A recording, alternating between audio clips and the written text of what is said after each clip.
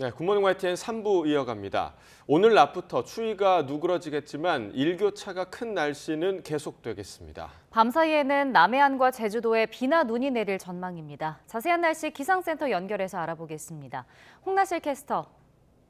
네, 기상센터입니다. 네, 오늘 아침까지는 날이 춥다고요? 네, 그렇습니다. 오늘 출근길도 여전히 공기가 차갑습니다. 현재 서울 기온은 영하 4.1도로 어제만큼 날이 추운데요.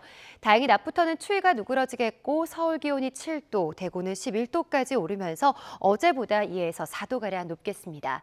추위가 풀리더라도 일교차는 10도에서 많게는 15도가량 크게 벌어지니까요. 체온 조절에 각별히 신경 써주시기 바랍니다. 오늘도 대체로 맑은 하늘이 이어지며 날이 건조하겠습니다. 사흘째 서울과 경기 동부, 강원 영동에는 건조주의보가 이어지고 있으니까요. 불씨 관리 잘 해주시기 바랍니다. 오늘 낮 동안 대기질은 양호하겠지만 밤부터 중서부 지방은 공기가 탁해지겠고요. 늦은 밤부터 내일 새벽 사이 남해안과 제주도에는 5mm 미만의 비나 1cm 안팎의 눈이 조금 내리겠습니다. 오늘 아침도 예년보다 추운 날씨가 이어지고 있습니다. 현재 서울 기온은 영하 4.1도, 춘천은 영하 8.1도로 예년보다 1에서 5도가량 낮습니다. 낮부터는 이맘때 기온을 회복하면서 서울이 7도, 광주와 대구는 11도까지 오르겠습니다. 당분간 예년보다 온화한 날씨가 계속되겠고요. 주 후반에는 제주도와 동해안 지역에 또 한 차례 비나 눈이 내릴 전망입니다. 날씨였습니다.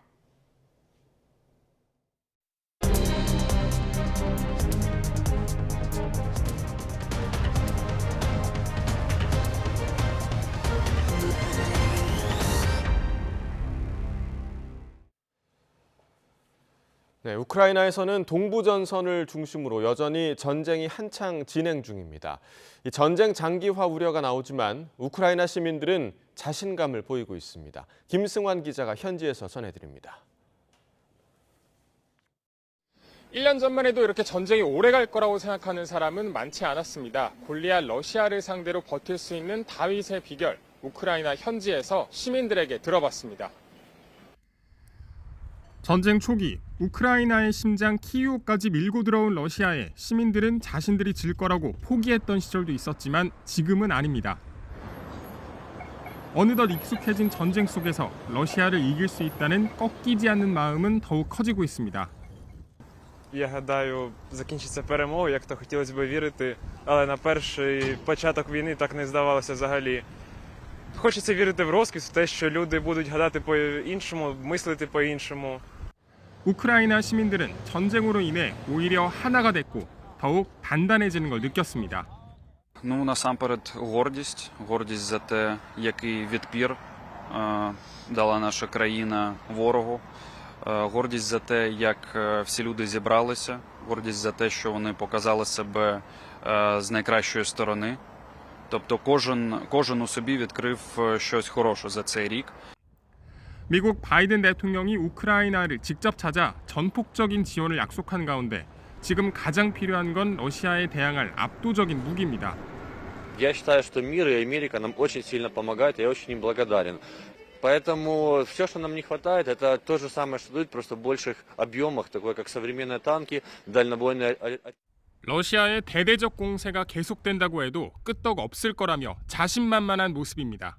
Це мало ймовірно, що повториться той сценарій, який був рік назад. Я вважаю, що ми готові, наші воїни готові і все буде добре.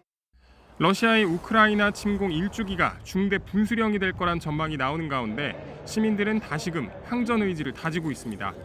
YTN 김승환입니다. 우크라이나와 전쟁 중인 러시아의 푸틴 대통령이 핵 군축 조약 참여 중단을 선언하며 핵실험 가능성을 직접 언급했습니다. 커지는 핵 사용 우려에 서방 국가들은 즉각 반발하고 나섰습니다. 조용성 기자가 보도합니다. 러시아가 우크라이나를 침공한 지 1년. 2021년 4월 이후 처음으로 국정연설에 나선 푸틴 대통령이 미국과의 핵무기 통제 조약인 신전략 무기감축협정 참여 중단을 선언했습니다. Нам стратегическое поражение хотят нанести и лезут на наши ядерные объекты.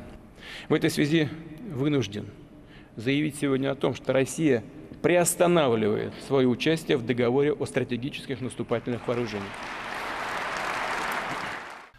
또 미국이 핵실험을 하면 똑같이 할 것이라며 국방부가 이를 준비해야 한다고 못 박았습니다. 다만 협정 탈퇴가 아닌 중단이라며 여지를 남겼습니다. 이 협정은 2010년부터 미국과 러시아가 핵탄두와 운반체를 일정 수 이하로 줄이고 서로 핵시설을 주기적으로 사찰하기로 한 약속입니다. 북대서양 조약기구 나토와 미국은 세계를 더 위험하게 만드는 결정이라며 즉각 반발했습니다. I regret today's decision by Russia to suspend its participation in the New START treaty. I strongly encourage Russia to reconsider its decision and to respect existing agreements. The announcement by Russia that it's suspending participation in New START is deeply unfortunate and irresponsible. We'll be watching carefully to see what Russia actually does. 푸틴 대통령은 연설에서 개전과 확전의 책임을 모두 서방에 전가하는 입장을 되풀이했고 서방에 맞서 전쟁 목표를 달성할 수 있을 것이라고 자신했습니다. 푸틴 대통령이 연설하는 중에도 러시아의 포격으로 우크라이나 헤르손에서는 민간인 18명이 숨지거나 다쳤습니다. 볼로디미르 젤렌스키 우크라이나 대통령은 러시아군이 헤르손에 강력한 포격을 퍼붓고 있다며 그들이 다시 한번 민간인들을 무자비하게 죽이고 있다고 비난했습니다. 한 해 동안 민간인 8,000명이 숨지고 13,000명이 다친 러시아 우크라이나 전쟁. 양측의 입장이 여전히 강경해 전쟁의 끝은 아직 보이지 않고 있습니다. YTN 조용성입니다. 푸틴의 국정연설 직후 바이든 미국 대통령도 폴란드에서 연설에 나서며 우크라이나에 대한 전폭적인 지원과 나토 동맹의 굳건함을 강조했습니다. 연설 도중 푸틴을 여러 차례 언급하며 침략 전쟁의 책임을 물었지만 서방이 러시아를 파괴하려 한다는 푸틴의 주장에 대해서는 정면 반박했습니다. 워싱턴에서 권준기 특파원입니다. 우크라이나 수도 키이우에서 폴란드로 돌아온 뒤 단상 위에 선 바이든 미국 대통령. 푸틴의 국정연설이 끝난 지 몇 시간 지나지 않아 이루어진 연설에서 바이든 대통령은 우크라이나에 대한 계속적인 지원을 강조했습니다. He doubts our continued support for Ukraine. He doubts whether NATO can remain unified. But there should be no doubt. Our support for Ukraine will not waver. NATO will not be divided and we will not tire. 우크라이나 전쟁은 푸틴이 선택한 것이라며 침략의 책임을 물으면서 우크라이나 국민을 상대로 벌이는 러시아의 잔악행위도 고발했습니다. 미국을 비롯한 서방이 먼저 전쟁을 시작했고 러시아를 파괴하려는 음모라는 푸틴 주장에 대해선 사실이 아니라고 반박했습니다. The United States and the nations of Europe do not seek to control or destroy Russia. The West was not plotting to attack Russia, as Putin said today. 북대서양 조약기구 나토 동부전선의 최전방인 폴란드에서 동맹의 굳건함도 과시했습니다. 동맹을 지키기 위한 약속은 흔들리지 않을 거라는 점을 분명히 하며 승리를 자신했습니다. An attack against one is attack against all. It's a sacred oath. Sacred oath to defend every inch of NATO territory. 바이든 대통령이 연설에서 러시아에 대한 추가 제재를 예고한 가운데 미 재무부는 며칠 안에 제재안이 나올 거라고 밝혔습니다. 세계를 지배하려는 미국의 전체주의를 주장한 푸틴에 맞서 바이든은 폭거에 대항하는 자유를 내세우며 이번 전쟁을 민주주의와 독재의 대결로 규정했습니다. 워싱턴에서 YTN 권윤기입니다. 튀르키예에서 강진이 발생한 뒤 2주일 만에 추가 지진으로 사망자 수가 1,000명 넘게 증가하며 전체 사망자 수가 4만 8천여 명으로 늘었습니다. 힘겹게 버티던 주민들은 또다시 공포에 몸을 떨었지만 살아가기 위해서 최선을 다하고 있습니다. 김진호 기자의 보도입니다. 지난 20일 튀르키예 동남부와 시리아 서북부 접경지에 발생한 규모 6.3의 지진은 가뜩이나 힘겹게 생활하던 주민들에게 큰 고통을 주고 있습니다. 그나마 덜 부서진 집에서 살던 주민들은 또 다른 강진에 놀란 가슴이 진정되지 않습니다. ومبارح لما صار الزلزال كنا قاعدين بالبيوت وطامت تطبطب علينا الحيطان وطلعنا من البيوت وهي بيتنا هون كله على الأرض. 튀르키예 하타이 지역에서도 주민들의 힘겨운 삶이 이어지고 있습니다. 모든 것이 부족한 상태에서 생존하기 위해 무너진 집에서 가구와 쓸만한 물건을 꺼내는 주민들. 당장 거리에서 지내기 위해 매트리스 등을 챙깁니다. Sonuçta hepimiz yaşıyoruz. Bu saatten sonra onları geri getiremeyiz ama hepimiz yaşadığımız için elimizde ne olan varsa çıkartmaya çalışıyoruz. Mecburuz yani çünkü başka çaremiz yok. 튀르키예 재난관리국은 20일 발생한 강진 이후 누적 사망자 수가 1,100명 넘게 늘어 42,300여 명이라고 발표했습니다. 지금까지 양국에서 나온 공식 집계를 합한 전체 사망자 수는 48,100명이 넘습니다. 유엔은 현장을 방문해 무엇이 급한지 점검했습니다. We came to see what the needs were. There's huge needs in shelter, in health, the need for fresh water, for sanitation, and of course removal of debris. 각종 지원이 이어지고는 있지만 지진 피해가 워낙 커 현장 상황은 여전히 어렵습니다. 언제 또 발생할지 모르는 지진의 공포 속에서 튀르키예와 시리아의 주민들은 삶을 이어가기 위해 안간힘을 쓰고 있습니다. YTN 김진호입니다.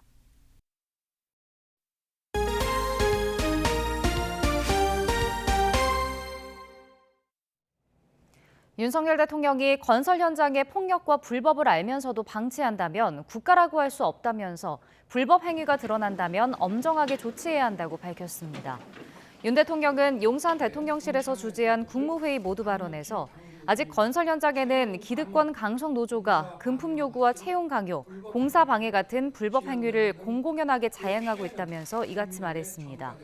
이로 인해 근로자들은 일자리를 잃고 공사는 부실해진다며 특히 초등학교 개교와 신규 아파트 입주 지연 등 피해는 국민에게 전가된다고 지적했습니다. 정부가 건설 현장 불법 행위 근절 대책 가운데 하나로 건설폭력수사단을 출범하겠다고 밝혔습니다. 검찰과 경찰이 협력해서 단속을 강화하겠다는 취지입니다. 다음 달 1일부터는 건설 현장에서 원예비를 요구하다 적발될 경우 면허가 정지됩니다.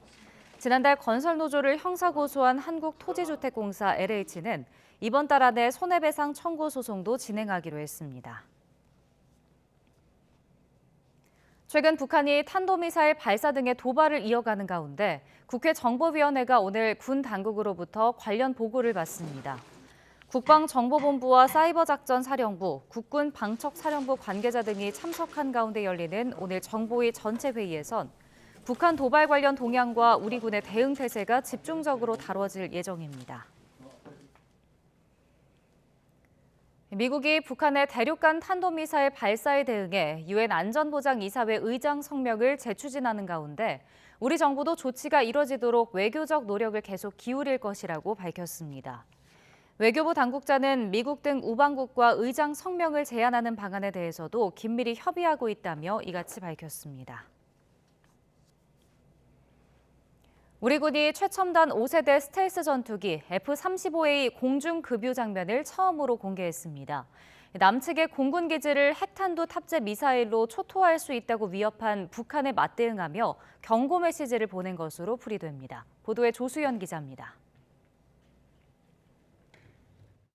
최첨단 스텔스 전투기 F-35A가 하늘 위에서 공중급유 수송기로부터 급유를 받는 모습입니다. 공군이 처음으로 F-35A의 공중급유 장면을 공개했습니다. F-35A는 탐지가 어려운 스텔스 기능으로 적지에 은밀하게 침투해 핵심 표적을 타격할 수 있습니다. 공중급유를 할 경우 작전 수행 시간이 1시간 이상 늘어나는 것으로 알려졌는데 2019년 12월 전력화된 이후 공중급유 모습을 공개한 건 이번이 처음입니다. 앞서 북한은 방사포탄 4발이면 적의 작전 비행장을 초토화할 수 있다고 위협했는데 이에 맞대응한 것으로 보입니다. 계속되는 북한의 도발과 위협에 맞서 우리 군은 한미일 안보 협력을 바탕으로 한 대응 태세도 강조하고 있습니다. 저희가 한미동맹을 토대로 그리고 한일 간의 군사협력 이런 필요성에 대해서 그동안 말씀을 드려왔고 또 실시간 경보 정보에 대한 공유와 관련된 부분에 대해서 말씀을 드린 적이 있는데 그런 것들이 이제 추진이 되고 있습니다. 그동안 한미 간 긴밀한 공조를 강조해온 군이 한미일 안보 협력을 언급한 것은 이례적입니다. 북한이 도발을 계속하면 할수록 한미 확장 억제를 넘어 한미일 3국의 안보 협력도 강화되는 모습입니다. YTN 조수영입니다.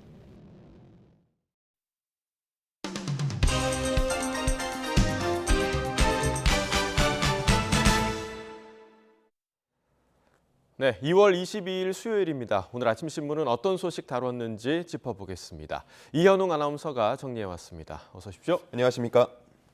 자, 첫 번째 기사 보겠습니다. 자, 러시아 우크라이나 전쟁인데 이제 이틀 후면 벌써 이 러시아 우크라이나 침공이 1년이 다 돼 갑니다. 관련 내용 정리한 기사들이 실려 있나 봐요. 네, 그렇습니다. 네. 오늘 아침 여러 신문들에서 이 문제 다루고 있었는데요. 그중에서 조선일보를 준비해 봤습니다. 중앙의 우크라이나 지도를 통해서 개전 당시 러시아의 점령 지역 그리고 현재 우크라이나가 탈환한 지역들을 표시해 뒀고요. 이렇게 밀고 밀리는 소모전이 반복되면서 두 나라 각각에서 10만 명 이상씩의 인적 피해가 발생했다고 전하고 있었습니다. 그리고 230여 곳의 문화 유적지, 또 3,000개의 학교가 파괴됐고 글로벌 경제도 요동쳤다는 내용 함께 전하고 있었습니다. 네, 젤렌스키 대통령과 푸틴 대통령 두 나라 대통령에 대한 평가도 밑에 좀 실려 있는 것 같아요. 네, 그렇습니다. 소제목을 보면 두 지도자의 달라진 처지라고 쓰여 있는데요. 젤렌스키는 전쟁 이전에만 해도 대통령 자질을 의심받는 코미디언 출신이었는데 이제는 끝까지 수도를 지키는 민족의 지도자이자 자유민주주의 진영의 영웅으로 떠올랐다고 평가를 했고요. 반면 푸틴에 대해서는 전쟁 초기만 하더라도 일각에서 러시아 입장도 이해해야 한다면서 푸틴에게 심정적 지지를 보내기도 했지만 이제는 국제적 영향력을 완전히 상실했다고 평가했습니다. 한편 국내외 전문가들은 이제 양측 모두 다 물러서기 어려운 상황이 됐다면서 이번 전쟁이 종착점을 예측할 수 없는 장기전으로 흐를 거라고 전망을 하고 있었고요. 그러면서 두 나라의 차기 대선이나 중국의 적극적인 중재 등이 앞으로의 변수가 될 수 있다고 덧붙이고 있었습니다. 네, 장기전에 대한 전망이 지배적이긴 하지만 이 전쟁을 종식시킬 수 있는 계기가 빨리 좀 마련돼야겠습니다. 다음 기사 보겠습니다. 자, 동아일보 일면인데요. 대기업은 손흥민, BTS 같은 국가대표다. MZ세대가 기업을 바라보는 시각인가요? 네, 그렇습니다. 동아일보와 서울대 한 연구팀이 함께 조사하고 분석한 결과 MZ세대의 3분의 1 이상은 기업에 대해서 호감을 가지고 있는 것으로 나타났습니다. 방금 읊어주신 기사 제목은 한 스타트업 종사자의 말을 인용한 건데요. 기업은 손흥민, BTS와 같은 국가대표, 총수들은 셀럽이 됐다면서 기업들이 잘 나가야 자신들에게도 경제적인 이득이 올 거라고 생각한다고 말하고 있었습니다. 자, 동아일보 이면도 지금 보겠는데요. 설문조사 항목과 대답들이 좀 있습니다. 자신과 또 자녀의 진로 순위 1위도 대기업이었네요. 네, 그렇습니다. 네. 1순위가 대기업이었고요. 2순위가 전문직, 또 3순위는 외국계 기업 순으로 나타났습니다. 전문직은 고소득과 명예를 누릴 수 있지만 그만큼 업무 강도가 강한 경우가 많은데요. 그보다는 안정적인 소득과 또 워라밸을 함께 챙길 수 있는 대기업이 더 선호된다는 설명이었습니다. 그리고 최근 한국 기업들이 긍정적으로 변하고 있다고 보는 시각들이 많았고요. 기업들이 가장 집중해야 하는 역할로는 적극적인 고용 확대를 꼽기도 했습니다. 기업이 정부나 정치인보다 신뢰도가 높게 나타나기도 했는데요. 한 응답자는 정치인들은 잘못을 하더라도 적반하장격의 모습을 자주 보이는데 기업들은 고개 숙여서 사과한다는 것을 그 이유로 들고 있었습니다. 네, 이번 조사 결과와 다른 생각을 하는 분들도 물론 있으시겠지만 MZ세대의 생각을 엿볼 수 있는 자료였습니다. 자, 다음 기사 보겠습니다. 자, 정부의 통신비 인하 불호령에 이동통신 3사가 지금 눈치를 보고 있다라는 제목이네요. 네, 그렇습니다. 경향신문에는 작년부터 정부 측에서 나온 통신비 관련 발언들이 실려 있었습니다. 이종호 과기정통부 장관이 어떤 형식으로든 통신비 부담을 줄일 수 있도록 노력하겠다라고 했고요. 윤석열 대통령 얼마 전에 통신시장 과점을 해소할 특단의 대책을 마련하라고 주문하기도 했습니다. 그러자 통신 3사가 기존보다 저렴한 온라인 요금제를 내놓고 있다고 하는데요. LG-U+는 어제 새로운 요금제 2종을 출시했고요. KT와 SK텔레콤도 조만간 새 요금제를 내놓을 것으로 전해지고 있습니다. 이 통신사들은 요금을 내리면서도 통신비 부담은 단말기 제조사들이 출고 가격을 올린 영향도 함께 받는데 자신들에게만 부담을 지게 한다고 느낀다고 했습니다. 하지만 통신시장 특성상 정부 정책의 영향을 많이 받기 때문에 울며 겨자 먹기식의 대안을 내놓고 있다고 전했습니다. 통신비는 전체 가계 지출에서 4.9%의 비중을 차지할 정도로 꽤 크다고 볼 수 있겠는데요. 기사에서는 통신비 부담이 줄게 되면 차기 총선 등에서 여권에 도움이 될 거라고 전망하고 있었습니다. 네, 총선도 총선이지만 국민들의 물가 부담이 최우선 고려 요소가 돼야 될 것 같습니다. 자, 다음 기사 보겠습니다. 자, 최근 반려견들이 덫에 걸리는 경우가 있다. 이런 기사를 본 적이 있는데 반려견 보호자가 손가락이 살린 경우도 있다고요? 네, 그렇습니다. 네. 작년 말이었는데요. 부산에서 덫을 건드린 반려견을 구하려다가 보호자의 손가락 일부가 잘리는 사고가 발생했습니다. 자, 그리고 이번 달 6일 경북 경산, 또 10일에 서울 강남에서도 반려견이 불법 덫에 걸려서 다치는 일이 발생했는데요. 이렇게 사고가 반복되고 있지만 주로 CCTV가 없는 곳에 덫이 설치가 돼 있어서 아직은 누가 또 어떤 이유로 덫을 놨는지 파악이 되지 않고 있다고 합니다. 일각에서는 장마 때 하천이 넘쳐 흐르면서 떠내려온 것 아니냐라는 얘기도 나오고 있고요. 길고양이 등을 학대하기 위한 목적으로 설치한 거 아니냐라고 보기도 하는데 아직 명확히 밝혀진 바는 없는 상황입니다. 네, 이런 사고가 지금 반복되고 있는데 이 덫을 구하는 게 쉬운 건가요? 네, 법적으로는 소지와 판매 등을 엄격히 금지하고 있습니다. 하지만 온라인 쇼핑몰이나 철문점 등에서 쉽게 구할 수 있는 상황이라고 하고요. 전문가들은 현실적으로 덫을 설치하는 주체를 잡는 건 불가능에 가깝다면서 덫 구매 절차부터 점검해야 한다고 말하고 있었습니다. 네, 법적으로 판매가 금지가 돼 있는데 버젓이 지금 판매하고 있다는 건 분명히 규제가 더 필요하다는 얘기인 것 같습니다. 자, 마지막 기사 보겠습니다. 자, 손흥민 선수의 모습이 보이고요. 축구화 사진이네요. 어떤 내용이죠? 네, 최근에 한 영국 아티스트가 그린 그림이 담겨 있는 특별한 축구화가 손흥민 선수에게 전달됐다고 합니다. 이 축구화 보시면요, 태극기도 그려져 있고요. 또 손흥민 선수가 골을 넣을 때마다 보여주는 찰칵 세리머니 장면도 담겨 있습니다. 경기력에 영향을 주지 않기 위해서 축구화 바깥쪽에만 그림이 그려졌다라는 설명이 덧붙여져 있는데 실제 경기에서 신고 뛸지에 대해서도 관심이 모이고 있습니다. 기사에서는 오는 26일 첼시와의 홈 경기에서 이 축구화를 신을 가능성이 있다고 전망했습니다. 네, 손흥민 선수 현재 EPL 통산 98골 기록하고 있는데 2골 더 넣으면 지금 100골이 되잖아요. 네. 이 축구화를 신고 기록을 세울지도 좀 궁금하네요. 네, 그렇습니다. 네. 정말로 이 축구화를 신고 나올지는 지켜봐야겠고요. 그런데 최근 98번째 골을 넣을 당시에 온라인상에서는 손흥민 선수를 향한 인종차별적인 욕설들이 이어졌다고 합니다. 이 문제가 좀 커졌는데요. 그러면서 잉글랜드 축구협회가 공식 대응에 나서기도 했고요. 토트넘의 챔피언스리그 16강 상대인 AC 밀란도 공식 SNS를 통해서 손흥민 선수에 대한 지지 의사를 밝혔습니다. 또 영국 인권단체 킥잇 아웃 등은 규탄 성명을 내기도 했는데요. 좀 근절돼야 할 모습인 것 같습니다. 네, 해당 욕설을 한 팬에 대한 강력한 조치가 좀 필요할 것 같고 손흥민 선수 신경 쓰지 않고 또 활약을 보여줄 거라 믿습니다. 굿모닝 브리핑 이현웅 아나운서와 함께했습니다. 고맙습니다. 감사합니다.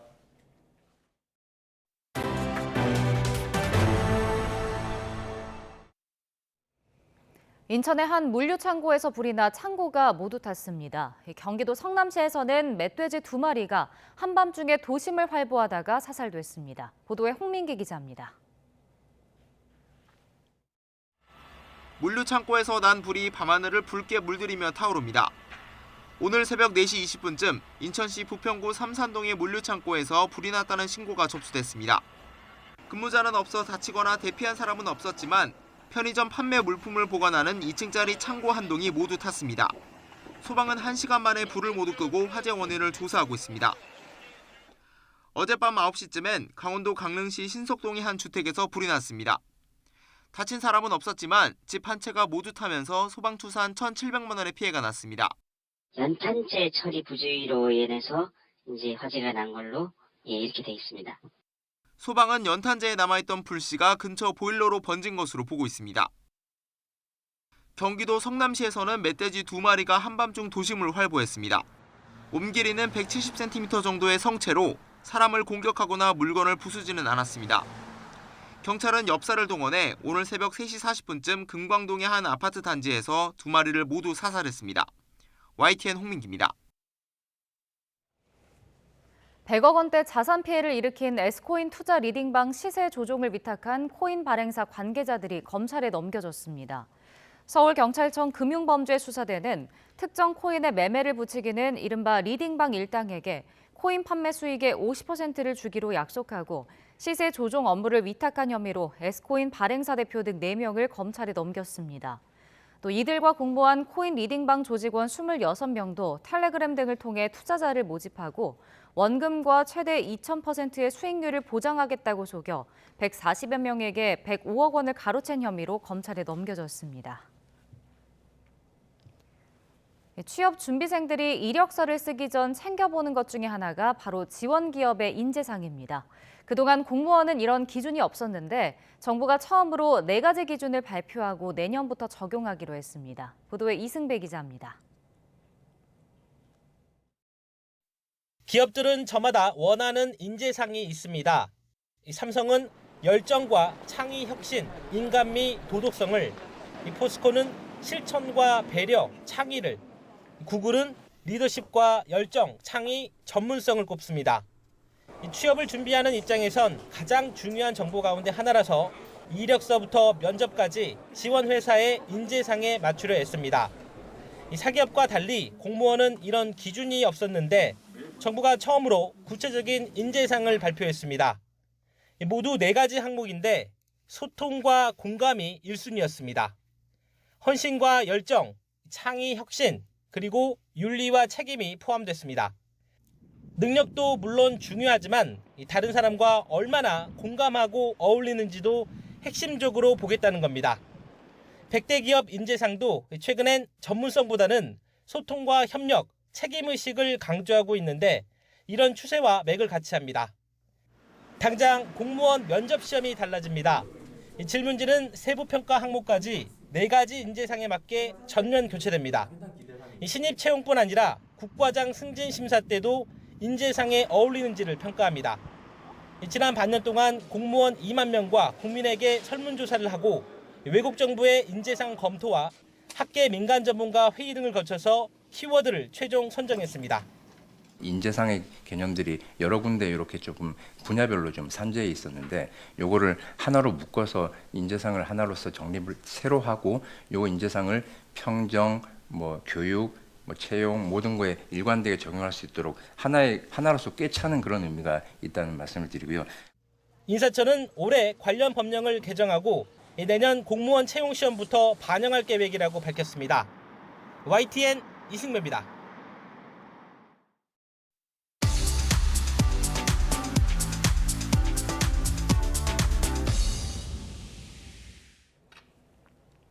경제 소식을 빠르고 친절하게 전해드립니다. 오늘 굿모닝 경제는 주원 현대경제연구원 실장과 함께하겠습니다. 어서 오세요. 안녕하십니까. 자, 먼저 밤사이 해외 증시 소식부터 좀 짚어보겠습니다. 미국 연준이 긴축 기조가 장기화할 수 있다라는 그런 우려가 커지고 있는데요. 뉴욕 증시가 굉장히 많이 하락 마감을 했어요. 예, 올해 들어서 뉴욕 증시는 계속 좀 좋은 방향이었거든요. 예. 그러니까 기업의 실적들도 괜찮았고 경제 활동 지표들, 특히 고용 지표 같은 경우 상당히 좋았는데 경제 지표들이 괜찮다면 주식 시장은 좋아야 되는데 지금 미국은 좀 딜레마에 빠져 있죠. 그러니까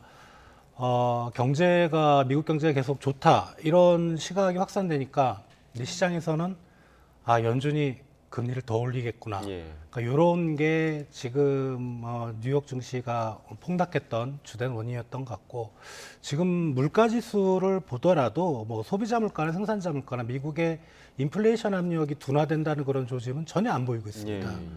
그렇다면 우리가 이제 기존에 한 3월과 5월 FOMC가 열리면 한 2번 정도 많아야 그 정도면은 이제 미국 연준이 금리 인상을 중단하겠거니라고 생각들 했는데 이게 더 길어질 수 있는 거죠. 이게 상당히 좀 그 주식시장이 그런 공포에 좀 휩싸이지 않았나 생각이 됩니다. 네. 그리고 이제 내일 금융통화위원회가 열리는데 한국은행의 고민도 클 것 같아요. 이게 채권 전문가 보니까 66%가 이제 기준금리를 동결할 거다 이렇게 예측을 했는데 실장님은 어떻게 좀 전망을 하시나요? 저는 계속 이제 올릴 거라고 예상을 했거든요. 다만 가능성은 비슷비슷한데 저는 올릴 거라는 생각이 조금 더 많은 이제 그런 쪽인데 채권 전문가분들은 이제 아무래도 채권 시장에 있다 보니까 금리가 좀 떨어지는 거를 바라는 그런 의도가 좀 설문조사에 담겨지지 않았나 그렇게 생각은 되고 근데 일리는 있어요. 그러니까 지금 다른 나라 중앙은행들이 미국 연준의 금리 인상 기조나 속도를 따라가고 싶어 하지 않는 것 같아요. 그러니까 작년까지만 해도 미국 연준의 금리 인상 기조에 좀 동조하려고 할까 같은 방향으로 움직여야 뭐 외환 시장도 좀 안정되고 이제 그런 방향 때문에 따라갔었는데 최근에 들어서 작년 말부터는 이제 각국의 경제 상황이 워낙 좀 차이가 나다 보니까 그러니까 미국은 실물 경제가 상당히 좋잖아요. 고용 시장도 좋고 근데 다른 나라들은 안 그렇거든요. 그래서 특히 우리나라 같은 경우는 또 부동산 문제가 좀 상당히 심각하고요. 그래서 금리를 동결할 가능성도 분명히 있습니다. 있는데 지금 미국 연준이 뭐 3월, 5월 많게는 하반기 들어서도 금리를 인상할 것이라는 그런 전망들이 나오고 있다면은 금리 격차가 너무 벌어지면 사실 우리나라 금융시장도 불안해지거든요. 이제 그런 부분 때문에 저는 요번에 아마 금통위에서 요번 주 이제 목요일 날 열릴 텐데 금리를 소폭이라도 인상하지 않을까 이렇게 생각이 됩니다. 네, 그러니까 금리 격차를 유지하기 위해서라도 인상을 할 가능성이 있다라는 말씀이시죠. 자, 어제 그 이창용 한국은행 총재가요 국회 출석해서 물가 안정이 가장 중요하다 이런 이야기를 했는데 그럼에도 불구하고 전기 가스요금 인상은 불가피하다라고 이야기를 했습니다. 이 공공요금 인상을 미룰 경우에 어떤 부작용을 우려하고 있는 걸까요? 부작용은 우리가 이제 흔히 생각해 볼 수 있는 게 공기업들의 적자가 너무 누적이 되고 그런 게 나중에는 이제 채권을 발행을 일단 해야 되거든요. 그럼 금융시장이 상당히 좀 불안해집니다. 그러니까 공기업들의 적자 규모가 워낙 크다 보니까 그걸 적자를 보존하기 위해서 뭐 한전채라든가 이런 채권 시장에 대량 물량이 쏟아지면 오히려 금융시장이 불안해질 수 있다. 이창용 한은 총재는 이제 그걸 걱정을 하는 것 같고요. 그렇긴 한데 이제 뭐 그거 전기 수도 가스 요금의 인상은 일단 상반기 중으로는 거의 동결로 지금 정부에서 방침을 잡고 있기 때문에 이런 게 이제 하반기에 이제 인상이 불가피하다면 하반기에 금융시장을 지금 이창용 한은 총재는 더 우려하고 있지 않을까 생각이 됩니다. 네. 그런가 하면 이 국제통화기금 IMF가 아시아 나라들의 이 근원 물가가 안 잡히면 이제 금리를 계속 올려야 할 수도 있다 이렇게 좀 경고하지 않았나요? 예, 그러니까 소비자 물가 우리가 통상 보는 이제 소비자 물가는 헤드라인이라 해서 그러니까 전체 모든 품목의 소비자 물가를 가지고 이제 지수를 산정한 건데 근원 물가라는 거는 그 중에서 이제 가격 변동이 워낙 큰 거, 예를 들면 에너지, 석유 뭐 이런 것들하고 그 다음에 이제 식료품 같은 경우는 날씨에 따라서 이렇게 작황이 틀리잖아요. 그 식료품과 에너지를 뺀 나머지 거를 가지고 이제 근원 물가 지수를 산정을 하는데. 미국 같은 경우는 아마 작년 3월이 근원 물가 지수 상승률이 6.5%로 가장 높았고 올해 1월이 5.6%입니다. 많이 떨어졌죠. 근데 아시아 주요국들 같은 경우는 일본이 10월과 올해 1월을 비교하면 10월에 3%, 1월에 4%, 오히려 근원 물가 상승률이 높아졌고요. 필리핀도 5%에서 7.4%, 한국도 4.2에서 4.1입니다. 그러니까 많이 안 떨어진 거죠. 그러니까 아시아 주요국들의 근원 물가 상승률이 많이 안 떨어지고 있다라는 거를 이제 IMF는 경고한 거고 사실 대부분의 중앙은행들은 전체 소비자 물가보다는 근원 물가를 중요시합니다. 이게 어떻게 보면 실제로 향후 인플레이션이 어떻게 갈 것이라는 거를 정확히 알려주고 있거든요. 아시아 주요국들이 그렇다면은 금리 인상을 계속해라. 물가를 잡아라는 게 이제 IMF의 시각의 요지라고 보시면 될 것 같습니다. 자, 그런 가운데 이제 금융당국이 오늘부터 은행권 개선 TF를 출범을 시킵니다. 그래서 과점 체계를 손보겠다 이렇게 지금 강조하고 있는데 일부에서는 정부에서 너무 개입하는 거 아니냐, 관치금융이 아니냐 이런 비판도 있거든요. 어떻게 보세요? 관치금융 맞습니다. 그러니까 정상적인 경제 상황이라면 다만 이제 지금을 정상적인 상황으로 규정하기는 어렵죠. 그러니까 코로나 이후에 벌써 3년 동안 상당히 좀 경기가 안 좋았던 경제 불황이 지속이 됐고, 그리고 은행의 과점 체계가 좀 심해요. 제가 보기에도 뭐 총 자산의 5대 은행이 한 70%, 뭐 은행 예금이나 대출의 한 90%를 5대 시중은행이 차지하고 있으니까 너무 심하다. 그러니까 이런 부분은 분명히 좀 손볼 필요가 있고, 이게 또 말씀드리지만 정상적인 상황이라면 이건 분명히 관치금융이 맞아요. 하지만 지금 다들 어렵게 사는데 은행만 어떻게 보면 돈잔치를 할 수는 없다. 이런 시각들이 사실 여론이 많거든요. 그래서 당분간은 저는 정부의 이런 취지가 좀 공감이 가고요. 일단은 TF가 이제 구성이 돼서 아마 제 기억으로는 오늘 회의가 열린다고 하는데, 거기에 가장 우선적으로 이제 관심을 가지는 게 이제 은행권이거든요. 은행의 과점이라든가 성과 보수 체계를 점검하겠다. 그래서 그게 뭐 또 은행권과 뭐 다른 이금융권의 사람들하고 같이 회의를 하는 그런 자리에서 충분한 어떤 논의나 합의가 있을 걸로 저는 생각이 됩니다. 아마 많은 분들이 공감은 하고 계실 텐데 혹시 이런 부분에 좀 부작용은 없을까요? 어떻게 보세요? 부작용은 있죠. 나쁜 선례를 남긴다는 거죠. 그러니까 나중에 뭐 꼭 은행뿐만 아니고 예를 들어 통신사일 수도 있고 뭐 철도일 수도 있고 도로일 수도 있고 이런 쪽에 뭔가 문제가 생기면 정부가 또 이제 개입할 수 있는 이게 너무 또 민간 쪽으로 넘어가게 되면 이건 상당히 안 좋은 부분이라고 분명히 생각이 됩니다. 네. 일단은 하지만 지금 뭐 경제 상황이 좋지 않고 은행의 과점 체계를 좀 손볼 필요가 있다라고 생각을 하시는 거네요. 네, 맞습니다. 네, 알겠습니다.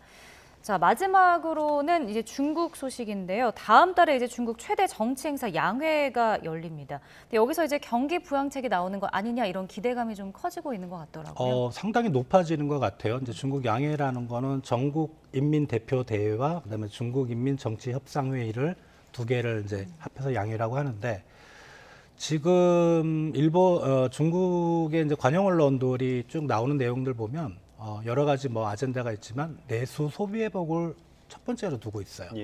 내수 소비 회복 쪽을 하려면 지금은 사실 중국 소비는 부동산 시장에 많이 엮여 있거든요. 그러니까 부동산 시장에 대한 경기 부양책을 어떻게든 내놓지 않겠는가라는 생각이고, 그리고 이제 중국이 이제 시진핑 집권 3기로 넘어가면서 첫 해부터 이제 이렇게 어려울 수는 없거든요. 그래서 첫 해 어떤 띄운다는 이제 그런 의미도 있고, 이제 경기를 부양시키기 위해서 두 가지가 우리가 통상 아는데, 금리를 내리거나 아니면 이제 재정을 풀거나인데, 지금 중국 인민은행의 1년 만기 LPR, 사실 이제 기준금리라고 보시면 되는데, 우리나라의 이 대출 우대 금리가 작년 8월 이후에 계속 동결이 되고 있습니다. 사실은 금리를 더 내려야 되지만 부동산 시장이나 소비를 위해서는, 근데 지금 미국과의 금리 격차가 너무 벌어지면 자본이 유출될 가능성이 있거든요. 근데 통화 정책은 지금 사실 중국이 쓰긴 어렵고, 그럼 나머지 한 축이 이제 재정 정책인데, 이게 이제 중국 양회에서 부동산이나 소비 쪽에 어떤 대규모의 경기 부양책이 나오지 않을까라는 이제 시장의 전망이 우세해지고 있습니다. 중국에서 만약에 그런 경기 부양책이 나온다면 우리 경제는 또 어떤 영향이 좀 있을까요? 아무래도 우리가 이제 홍콩을 경유한 뭐 본토, 중국 본토로 가는 수출까지 합하면 한 26% 정도 전체 수출에 뭐 절대적이죠. 미국과 유럽을 합친 것보다 많습니다. 그렇다면 이제 우리나라 관련되는 어떤 수출 산업들이 상당히 혜택을 볼 수 있고, 뭐 예를 들어 뭐 철강이나 화학 같은 경우는 한 40%에서 50% 정도 중국 비중이 높습니다. 반도체도 40%가 중국으로 갑니다. 상당히 이제 우리나라 수출 산업한테는 이제 좋은 소식이라고 생각이 됩니다. 네, 알겠습니다. 네, 굿모닝 경제 주원 현대경제연구원 실장과 이야기 나눠봤습니다. 고맙습니다.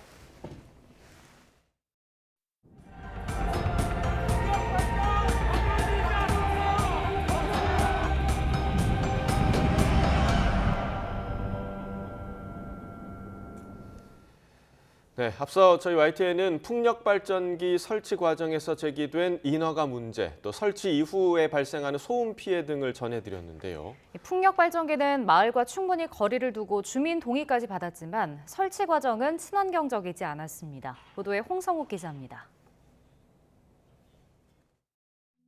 70m가 넘는 거대한 풍력발전기 날개가 산을 오릅니다.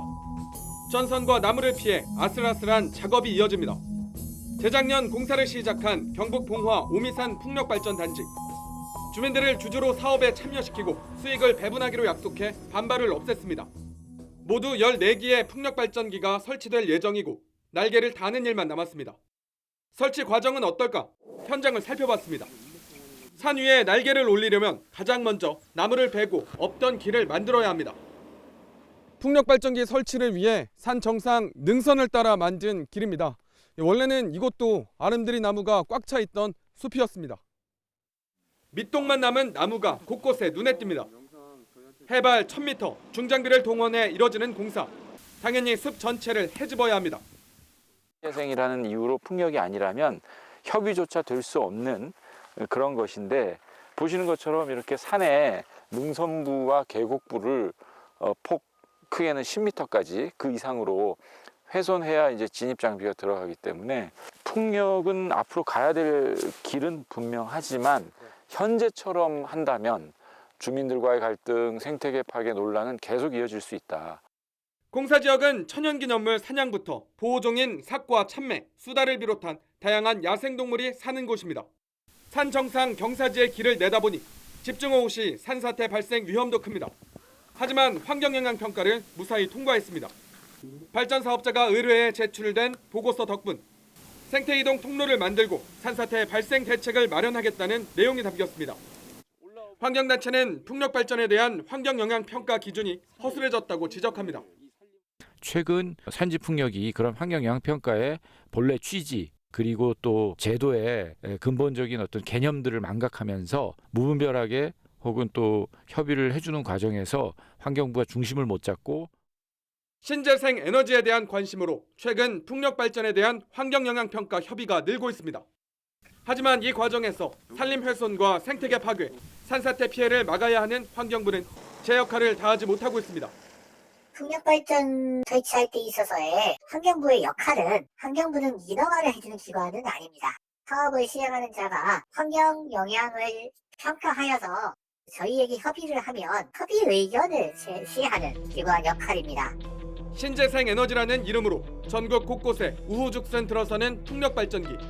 1차 소음 피해는 물론 환경 훼손과 산사태 등 2차 피해를 막기 위해선 더욱 촘촘한 허가 기준이 필요해 보입니다. YTN 홍서욱입니다.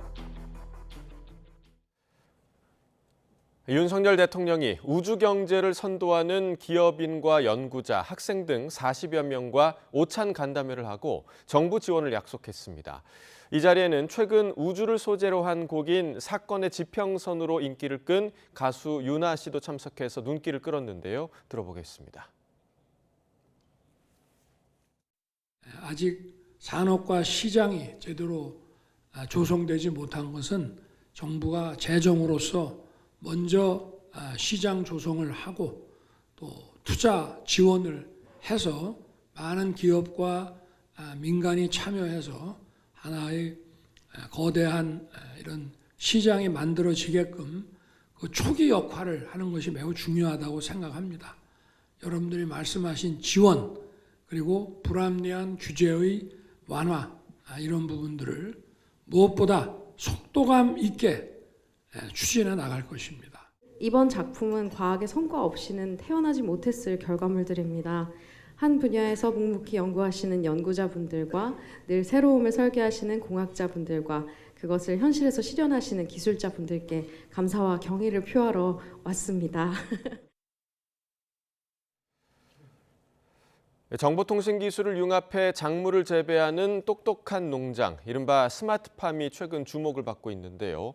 소멸 위기의 농촌의 젊은 피를 수혈하고 청년 일자리 문제 해결에도 도움이 될지 관심이 커지고 있습니다.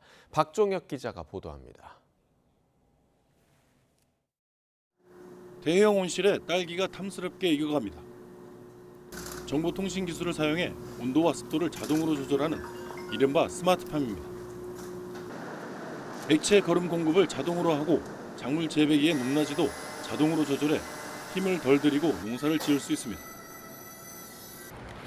경남 밀양 스마트팜 핵심밸리의 청년창업 보육센터에서 교육을 마친 배현경 씨. 창업에 앞서 임대형 스마트팜에서 딸기와 파프리카, 토마토를 재배하는데 해외에 수출할 만큼 품질이 좋습니다. 3년 정도 버틸 수 있게 그런 기회도 제공하고요. 거기서 계속 돈을 벌 수 있기 때문에 거기서 생활비도 벌고 차후에 저희가 온실을 지을 때 필요한 비용도 벌어 나갈 수 있는. 청년창업보육센터에서는 20개월 동안 스마트팜과 시설 원예 전문 과정을 교육합니다.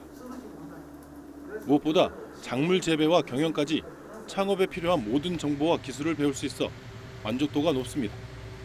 이제 이론 교육을 하고 그다음에 실습 교육을 하고 이제 경영으로 넘어가는데 이 체계적으로 잘 돼 있어가지고 실제로 이제 저희 농장을 짓고 나서도 바로 할 수 있게끔. 스마트팜 혁신밸리는 경남을 포함해 전남, 전북, 경북 등 4곳에 있습니다. 지역에서는 청년 농부를 육성하는 산실이 될 것으로 기대가 큽니다.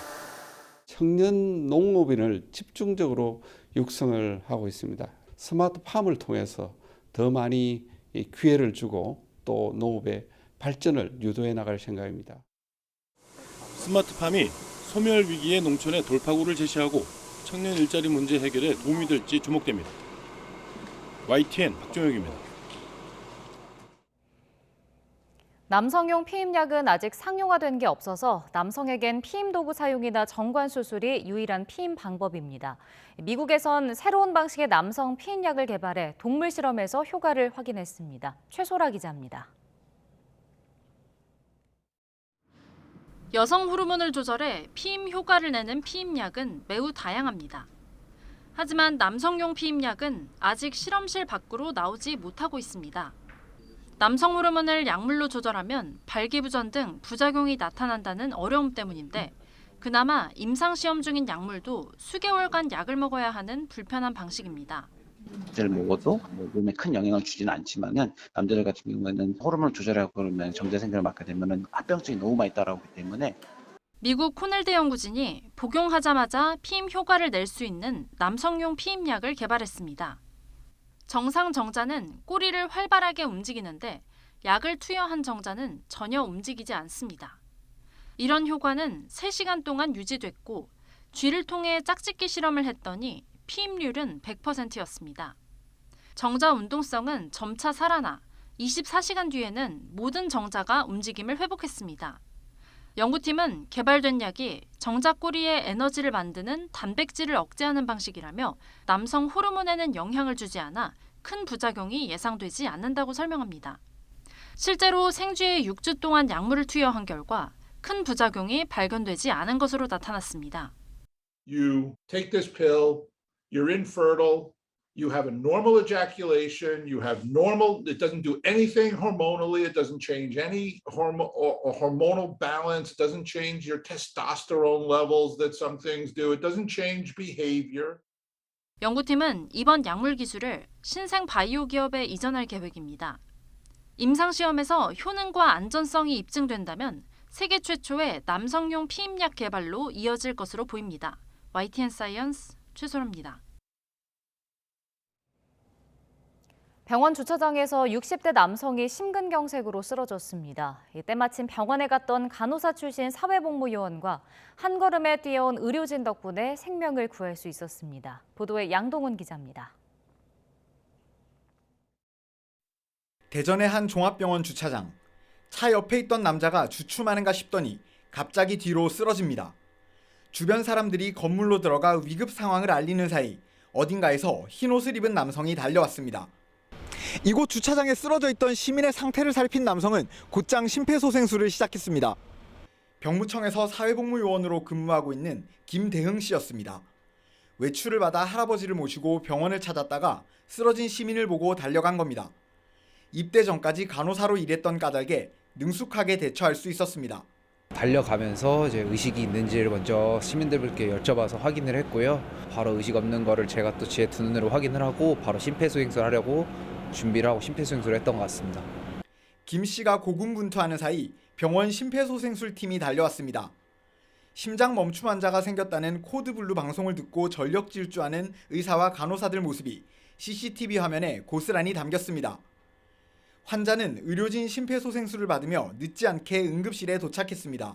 원내에서는 심폐소생술 팀이 활성화가 돼서 CPR 방송 나자마자 곧바로 심정지가 발생한 장소로 모두 출동을 하게 돼 있는데 의사하고 간호사가 구성이 되어져 있고 심근경색으로 쓰러졌던 60대 남성은 김 씨와 의료진의 빠른 대처로 위기를 넘겼고 중환자실에 입원했다가 지금은 일반 병실로 옮겨져 치료를 받고 있습니다. YTN 양동훈입니다. 필수 의료 분야인 소아청소년과의 의사 부족이 심화하고 있습니다. 올해는 대학병원 50곳 가운데 38곳에서 전공의를 한 명도 구하지 못했습니다. 보도에 김평정 기자입니다.